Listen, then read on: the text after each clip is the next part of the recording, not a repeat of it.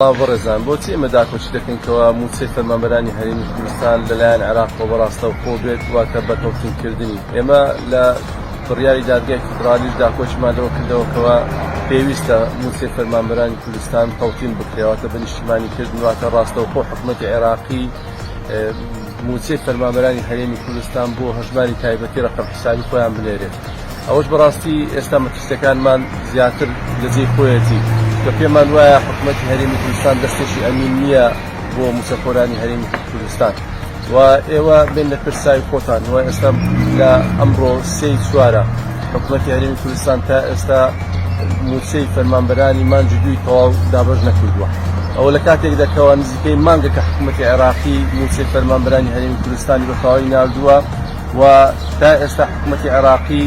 952 میلیارد دیناری بۆ موچەخۆرانی هەرێمی کوردستان ناردووە بۆ مانگی دوو بەڵام حکوومەتی هەرێمی کوردستان تەنها 949 میلیارد دیناری دابەش کردووە ئەوەش لە کاتێکدا کەواتە 3 میلیارد دیناریشی زیاد ناردووە عێراق بەڵام لەگەڵ ئەوەشدا وا تازە مانگی دوو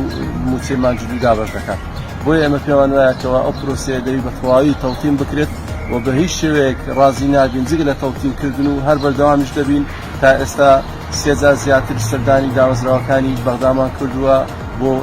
جێبەجێکردنی بڕیارەکەی دادگای فیدرالی و ناجوەستین تا بە تەواوی تەوتینی نەکەین و ئەو مژدەی نەخۆشیە نەدەینەوە موچەخۆرانی هەرێمی کوردستان.